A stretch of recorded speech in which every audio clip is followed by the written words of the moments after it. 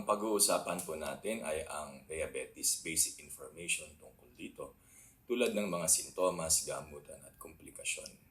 Mapalalaki man o babae ay maaaring magkaroon nito. Basically, ang alam po nating lahat kapag palaging mataas ang blood sugar, diabetes na yan. Pero bakit po ba pirming mataas ang blood sugar ng ibang tao at yung iba naman ay hindi? Para mas maintindihan po natin ang sakit na ito, pag-usapan po muna natin ang organ sa ating katawan na tinatawag na pancreas. Ito ay located o matatagpuan sa likod ng ating stomach o sisidla ng pagkain. Ito ay isang uri ng exocrine at endocrine gland. Ano po bang ibig sabihin nito? Bilang exocrine gland, ito po ay naglalabas ng pancreatic juice sa tubong tinatawag na pancreatic duct papunta sa duodenum. Ang duodenum po ang unang bahagi ng maliit na bituka. Mula sa stomach, ang pagkain ay bababa papunta sa duodenum. Ang pancreatic juice ay may taglay na bicarbonate na pang-neutralize sa acid na galing sa stomach. May taglay din ang pancreatic juice na digestive enzymes na tutulong tumunaw sa carbohydrates, fats at protein na galing sa stomach. Bilang isang endocrine gland naman, ibig sabihin ito po ay naglalabas din ng hormones na tulad ng mga sumusunod: insulin, glucagon, somatostatin at pancreatic polypeptide. Ang dalawang hormones po na importante sa regulation ng blood sugar ay ang insulin at glucagon. Ang paglabas ng dalawang hormones na ito ay nakadepende sa blood sugar level. Kapag gutom po tayo at mababa ang blood sugar, lumalabas o nasisikrit ang glucagon mula sa pancreas. Pinatataas ng glucagon ang blood sugar upang magkaroon ng balanse. Kapag busog naman po tayo at mataas ang blood sugar, ang lumalabas o nasisikrit naman ay ang insulin. Ang insulin naman po ang hormone na kailangan upang makapasok ang sugar mula sa dugo papunta sa cells ng katawan upang bumaba ang blood sugar sa normal at magkaroon ng balanse. Marami pa pong mga factors na may impluwensya sa paglabas ng insulin at glucagon. Ano-ano po ba yung uri o types ng diabetes? Type 1, Type 2, pre-diabetes at gestational diabetes. May separate video po tayo tungkol sa mga types ng diabetes. Ano po ba ang mga nararamdaman ng mataas ang blood sugar? Narito po ang mga signs and symptoms. Number 1, palaging gutom, maski kakakain pa lamang. Yan po ang tinatawag na polyphagia. Maski kakakain lang dahil nga sa hindi makapasok ang sugar sa cells at nananatili sa dugo, nagsisend ito ng impulse sa brain na parang gutom pa rin. Number 2, ihi ng ihi o polyuria. Kapag mataas ang blood sugar, sumasama ang asukal sa ihi at humihila ito ng tubig palabas ng katawan. Number 3, laging nauuhaw o polydipsia. Higit sa 4 na litro ng tubig ang naiinom araw-araw. Kasi nga po ay ihi ng ihi ang pasyente. Number 4, pamamanhid ng braso at kamay, binti at paa o yung tinatawag na paresthesia. Kapag nanatiling mataas ang blood sugar, magiging sanhi ito ng pagbabara ng mga ugat. Kaya nakukulangan po ng blood supply ang mga nerves sa ating katawan kaya nakakaramdam ng pamimitig. Bumababa ang timbang maski di naman nagda-diet.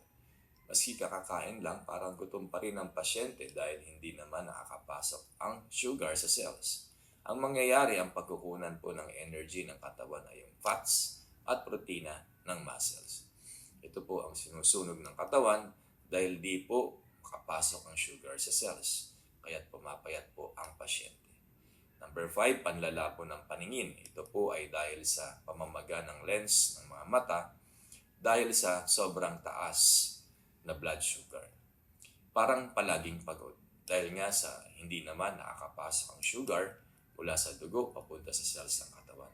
7, dry ang skin. Meron ding pangangati. Nagiging dehydrated kasi dahil nga po sa ihi ng ihi.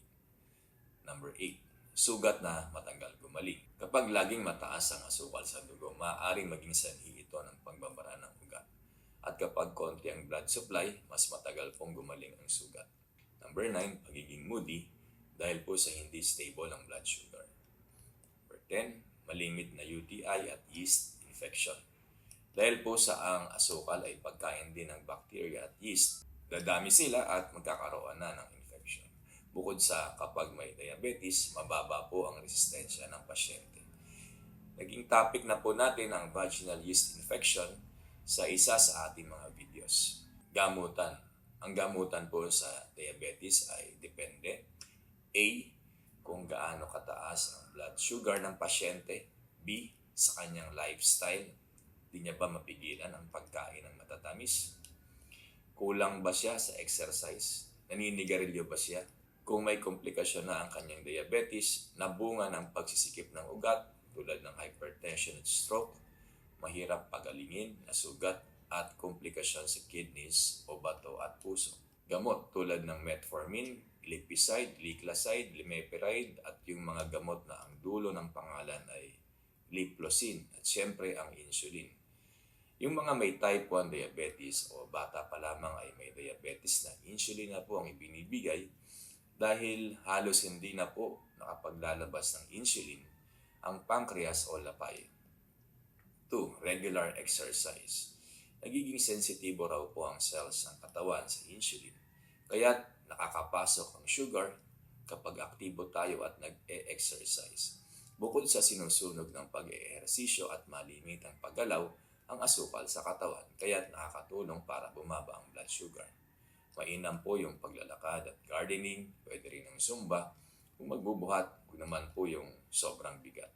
Yung magaan lamang dapat at hindi persado. Ang mahalaga ay paulit-ulit ang galaw ng katawan. Number 3, tamang pagkain. Iwasan ang mga pagkain matamis at mataas ang carbohydrates tulad ng white rice, pasta, tinapay. Iwasan na rin po ang mga mamantikang pagkain dahil ang diabetes ay may kaakibat na pagtaas ng kolesterol. 4. I-maintain ang tamang timbang dahil habang mas dumarami ang taba sa katawan, mas lalong nagkakaroon ng insulin resistance. Iwasan ang stress. Sinasabing ang stress ay may kinalaman sa pagkakaroon ng diabetes. Kapag mataas daw ang stress hormone sa katawan, hindi masyadong naglalabas ng insulin, ang lapay o pancreas. Komplikasyon. Ang mga komplikasyon ng diabetes ay bunga ng pagsikip at pagbabara ng mga ugat sa katawan na maaari makaapekto sa mata, bato, kidneys, nerves, utak, puso at extremities. Sana po ay nakapagbigay ako ng dagdag kaalaman ukol sa pangangalaga ng inyong kalusugan. Hanggang sa muli, ito ang inyong lingkod, Doc Rico de Guzman. Laging tandaan, ating pangalagaan, ating kalusugan.